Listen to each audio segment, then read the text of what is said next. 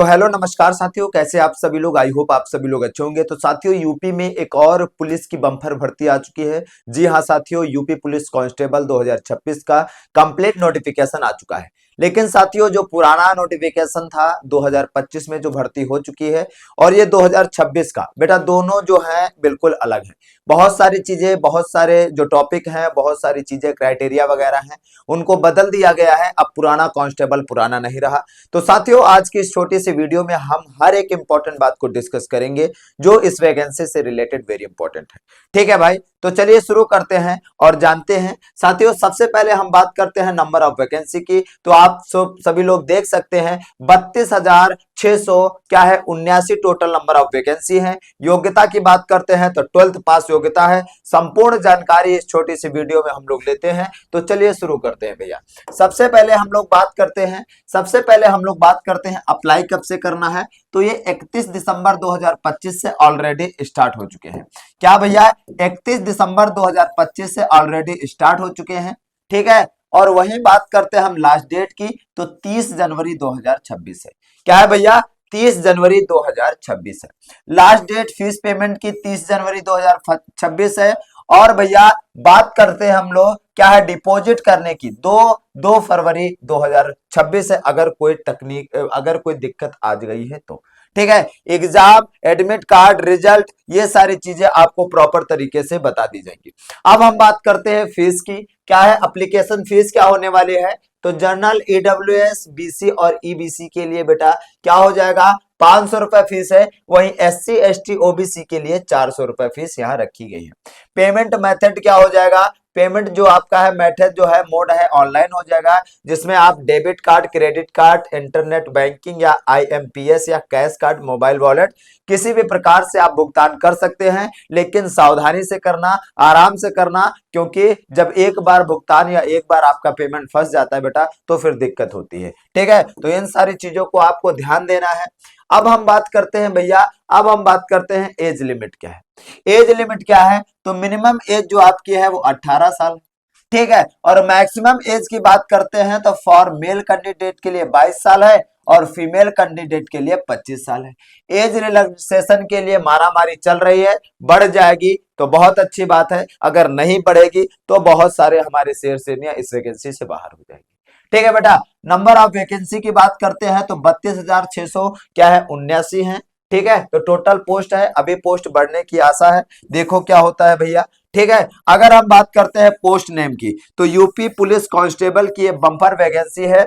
जहां जनरल की बात करते हैं 13,093 पोस्ट हैं। वहीं ईडब्ल्यूएस की बात करते हैं 3,264 है। वहीं ओबीसी की बात करते हैं 8,818 है। वहीं एससी की बात करते हैं तो 6,857 है। और एसटी की बात करते हैं बेटा तो 647 है। तो ये सारी नंबर ऑफ वैकेंसी है और कैटेगरी वाइज सारी वैकेंसी आपको बताई गई है। ठीक है, चलो आगे चलते हैं। अब हम यहाँ पे बात करेंगे बहुत सारी पोस्ट हैं, जिसपे वैकेंसी निकली हुई है। तो वैकेंसी हमारी क्या है, कांस्टेबल सिविल पोस्ट क्या हो जाएगा बेटा, कांस्टेबल सिविल पोस्ट जो है उसमें 10,400 क्या है 69 पोस्टें हैं। वही बात करते हैं कांस्टेबल पीएसी की बात करते हैं, उसमें 15,131 पोस्ट है। वही विशेष सुरक्षा बल की बात करते हैं, स्पेशल सिक्योरिटी फोर्स की बात करते हैं तो 1,341 टोटल पोस्ट है। वही महिला बटालियन की बात करते हैं तो 2,282 पोस्ट है। वहीं आपका घुड़सवार की बात करें, घुड़सवार पुलिस की, तो 71 टोटल पोस्टें हैं। और भैया आगे हम बात करते हैं जेल वार्डन मेल की, जेल वार्डन पुरुष की, तो इसमें 3,279 हैं। और जेल वार्डन क्या है महिला की 106 पोस्ट है। टोटल नंबर ऑफ वैकेंसी की बात करते हैं भैया तो 3,200 क्या है 69 टोटल पोस्टें हैं। ये आप जब फॉर्म भरिएगा तो इन चीजों का बहुत अच्छे से आपको ध्यान देना है। ठीक है भाई, चलो आगे चलते हैं। और अगला हमारा क्या है साथियों, हम सबसे बात करते हैं सबसे पहले एजुकेशन क्वालिफिकेशन क्या है। तो सिंपल सा मैं आपको बता दूं, आप अगर 12th पास हैं, आप अगर 12th पास है, किसी भी बोर्ड से हैं, इंडिया के किसी भी बोर्ड से हैं, तो आप अप्लाई कर सकते हैं। ठीक है, अब हम यहीं पर बात करते हैं फिजिकल स्टैंडर्ड टेस्ट की, हम यहीं पे बात कर लेंगे। भैया ये कैटेगरी इधर लिखी गई है, जनरल, ओबीसी, एससी और ये एसटी की। ठीक है, हाइट की बात करते हैं तो जनरल, ओबीसी, एससी के लिए 168 सेंटीमीटर है। ठीक है, और एसटी की बात करते हैं हाइट तो 160 सेंटीमीटर है। वहीं हम जनरल, ओबीसी, एससी की चेस्ट की बात करते हैं 79 टू 84 सेंटीमीटर, और वहीं एसटी की बात करते हैं तो 77 टू 82 सेंटीमीटर हो जाएगी। वहीं पे भैया हम फीमेल की बात करते हैं। ठीक है, फीमेल की जनरल, ओबीसी, एससी के लिए 152 बेटा हाइट होनी चाहिए, और इसमें मिनिमम वेट जो है 40 केजी होना चाहिए। ठीक है, एसटी की बात करते हैं 147 सेंटीमीटर होना चाहिए हाइट, और वेट की बात करते हैं तो 40 सेंटीमीटर 40 सेंटीमीटर होना चाहिए। ठीक है भाई, अब हम आगे बात करेंगे क्या है फिजिकल एफिशिएंसी टेस्ट। बेटा कहने का मतलब दौड़ भाग रनिंग वगैरह क्या है, कितने मिनट में क्वालिफाई करना है, ये सारी चीजें हम लोग डिस्कस करेंगे। तो मेल कैंडिडेट के लिए 4.8 किलोमीटर क्या है, 4.8 किलोमीटर होना चाहिए, जो आपको 25 मिनट में क्वालिफाई करना है।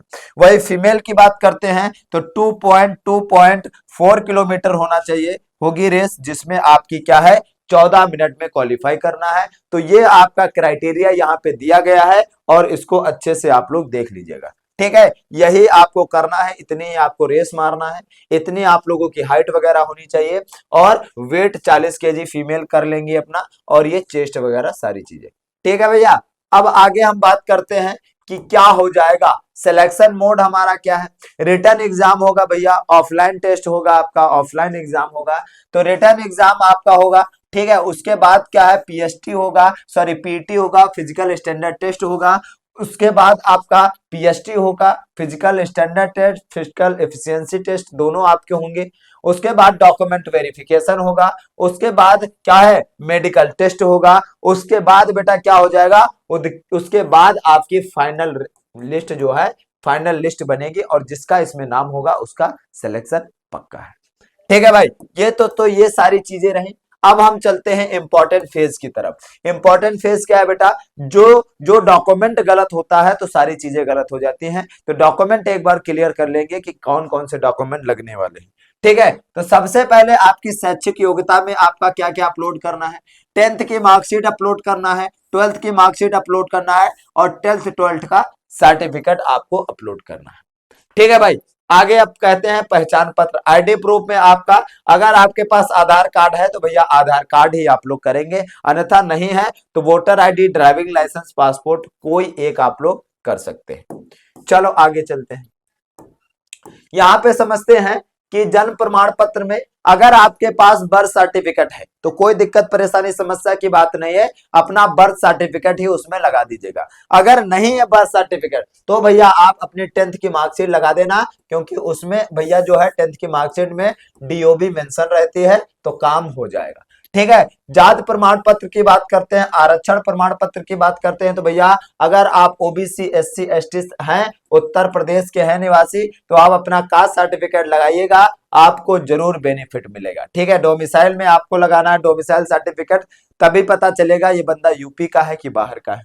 ठीक है, फोटो और हस्ताक्षर की बात करते हैं तो हाल ही की फोटो, पासपोर्ट साइज फोटो होनी चाहिए, और स्कैन हुआ क्या हो सिग्नेचर होना चाहिए। और मैं आप सभी से बताना चाहता हूं कि जितने भी डॉक्यूमेंट इसमें लगना है सारे के सारे स्कैन डॉक्यूमेंट लगना है, कोई फोटो क्लिक करके ना इसमें मेंशन करे। ठीक है, ठीक है, क्या हो जाएगा, आवेदन से जुड़े कागजात क्या है भैया, ऑनलाइन फॉर्म आपका प्रिंट आउट निकाल लेना है, रिसिप्ट भी निकाल लेना है, ट्रांजेक्शन प्रूफ भी निकाल लेना है, ये सारी चीजें आप निकाल करके रख लीजिएगा। ठीक है, अन्य डॉक्यूमेंट की बात करते हैं, अगर आप सर्विस में हैं तो अपना एनओसी वहां का बनवा लीजिएगा, अगर आपके पास एनसीसी है तो भैया एनसीसी जरूर करिएगा, कोई भी आपका किसी भी प्रकार का कोई भी चीज है, फ्रीडम फाइटर है या फिर स्पोर्ट कोटा है या फिर आपका कुछ भी है, तो आप लोग कर लीजिएगा अपना, और कैरेक्टर सर्टिफिकेट अगर इसमें जरूरत है तो जरूर मेंशन करिएगा। तो भैया ये रहा आपका कंप्लेंट नोटिफिकेशन, जो सारी चीजें आपको बताना था, समझाना था।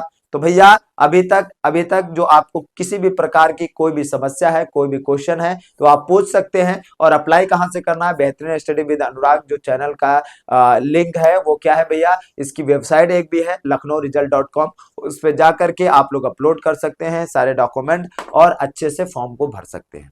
ठीक है भाई, फिर मिलते हैं एक नए नोटिफिकेशन के साथ, एक नई वीडियो के साथ। तब तक के लिए जय हिंद, जय भारत।